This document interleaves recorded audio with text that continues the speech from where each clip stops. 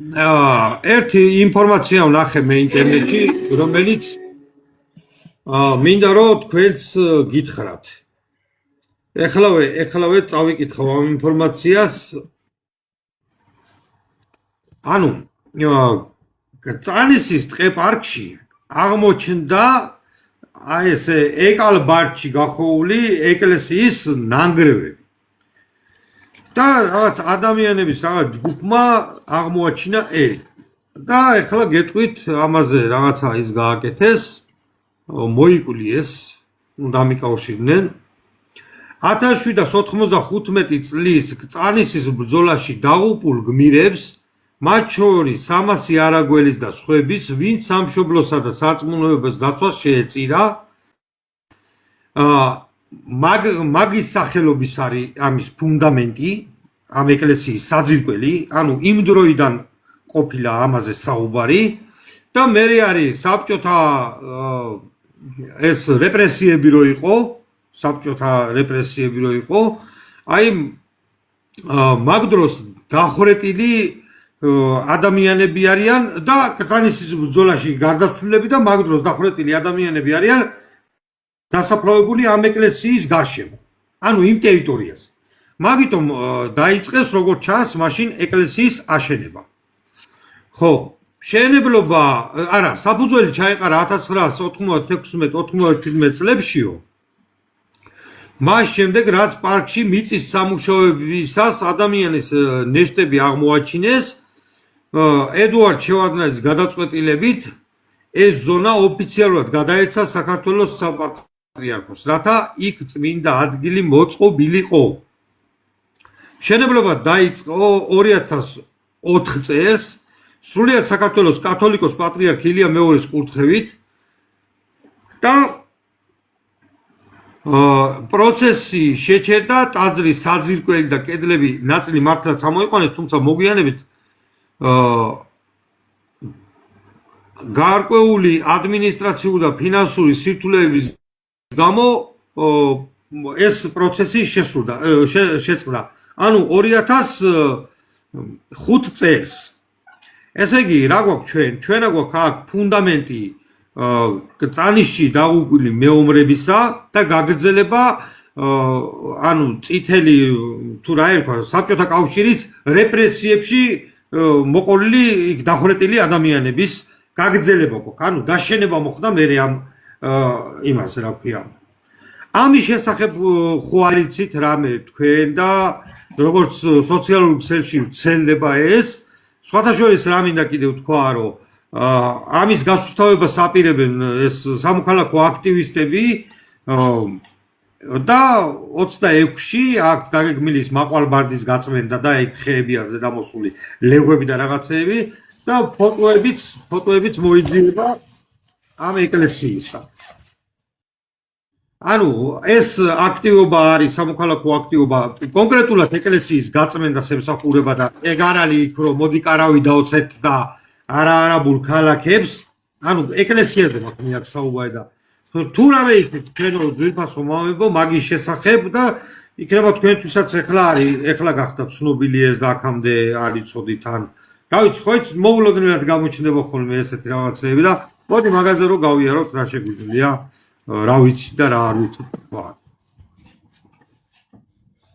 ბატონო, მე პირადად ახლა გავიგე ეგ ინფორმაციები ინტერნეტში მეც ვნახე ეგ რომ აღმოაჩინეს ტაძარი, მაგრამ მე ერთი გავიფიქრე რომ ტაძარი რო არის მეთქი საიდან ადასტურებ იქნება რაღაცის შენობა, ახლა არ ვიცი დეტალები, ხო?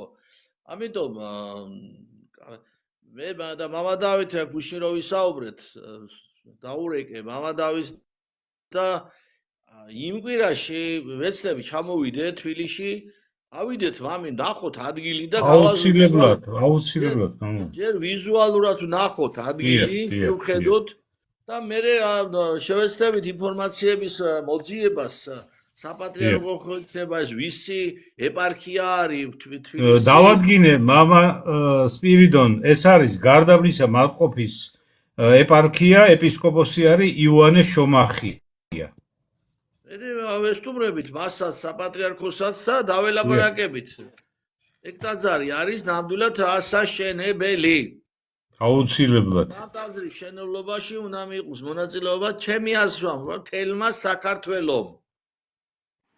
რატომ ახლა ნახეთ ღვთის განგების გარეშე აი რისი თქმა მინდა ჩემო ქართველებო ახლა აქ მიმართავ ყველას ვინც გვისმენს. ღვთის განგების გარეშე არაფერი არ ხდება. იმ შემთხვევაში თუ კი ჩვენ ამ არა საუკუნოვან, არამედ ათასწლეულების ღალატს გავატარებდით, რასაც ქართული ოცნება ბიძინა ივანიშვილის ხელმძღვანელობით აკეთებს. ეს არის ღალატი საუკუნოვანი არა, მეგობრებო, ეს არის ათასწლოვანი ღალატი. ათასწლოვანებზე გადის ეს ღალატი. გავატარებდით ქართველი ერი. ბუნებრივია, მანდ ვერც ტაძარს ვიპოვიდით და არც არაფერი, ყველაფერი იქნებოდა ბიჭყალური და გაკეთებოდა იქ რასაც გეგმავენ და აშენდებოდა ის რასაც გეგმავენ. ბიძინას თავადობით ვიღაცები ფურსას გააკეთებდნენ და ქვეყანა რამდენიმე ხანში აღარ იარსებოდა.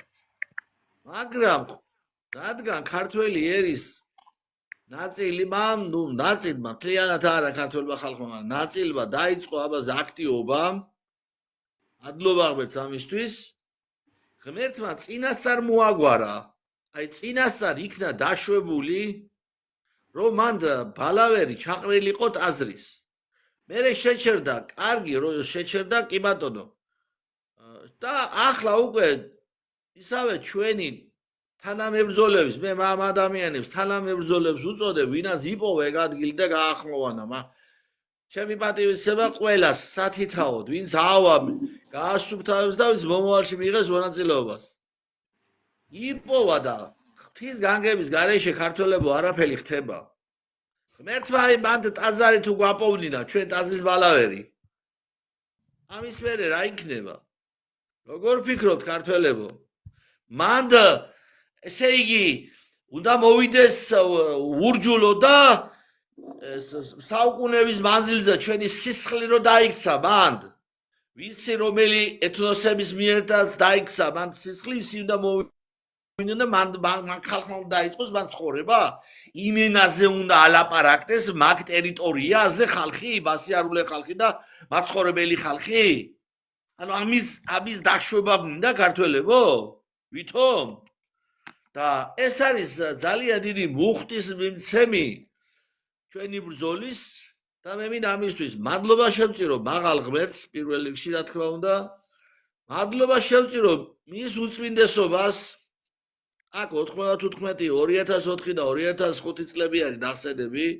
გაგვინათოს ღმერთმა ჩვენი პატრიარქის სული. მადლობა მინდა შევწირო მას რომ ეს ლოცვა-კურთხევა გასცა იქ შენებლობაზე. შენებლობის თაობაზე. მინდა მადლობა შევწირო ყველა ადამიანს, ვინაც იქ აღმოაჩინა და რა თქმა უნდა, მთელ საქართველოს მადლობა, წინასწარ მადლობა, რადგან როგორც ამ ბრძოლაში, გამარჯვებაში დარწმუნებული ვარ, ყოველთვის ვამბობდი. აი დღესაც, აი უკვე ისეთი შეცდომა, მაგრამ მანდ ტაძარს ააშენებს მთელი საქართველო. ვერტმაგის მთელი საქართველო. და ვაი იმას ვინც წინააღმდეგობას გაგვიწევს. არავის ურჩევ ვინმე წინააღმდეგობა გაგვიწიოს. ჯერ უნდა ინახოთ, მამი, რა ზომებშია ტაძარი. აუცილებლად, მამა, აი რა აუცილებლად. ზომები არის. შეიძლება მანდ საერთოდ კომპლექსი გაკეთდეს. დიახ, აუცილებლად კომპლექსი, თავში აუცილებლად. მომდის ამას. რა თქმა უნდა, იმას ვახმოვანებ, რაც თავში მომდის. მაგრამ რა თქმა უნდა, უპირველეს ყოვლისა ეს მისი უწმინდესობის ლოცვა-კურთხევა არის ყველაფერზე, რა თქმა უნდა და რა თქმა უნდა, მაგრამ მე ჩემ ფიქრებს ხმამაღლა ვამბობ, უბრალოდ ახლა. მან კომპლექსი უნდა გაკეთდეს, სამონასტრო კომპლექსი და მან ეგ ტაძარი, რომელიც პატარა იქნება, შეიძლება მაკითი დავიწყოთ და მერე იქ მან უნდა დასრულდეს გრანდიოზული ცენტრალური ტაძრით. უნდა დაიდგას კრწანისზე გვირგვინი, როგორც მისმა უწმინდესობამ სამებას უწოდა გვირგვინი ქართველი ერის, საკუთარი ავტოპორტრეტი შექმნაო, ხო ბრძანა? მისმა უწმინდესობამ სამებასთან მიმართებაში ქართველმა ერმა შექმნა საკუთარი ავტოპორტრეტიო. და კრწანისზე დიდი გვირგვინი უნდა დაიდგას, როგორც ჩვენი დედაქალაქის აი ყველაზე ამაღლებული ადგილია მანდ.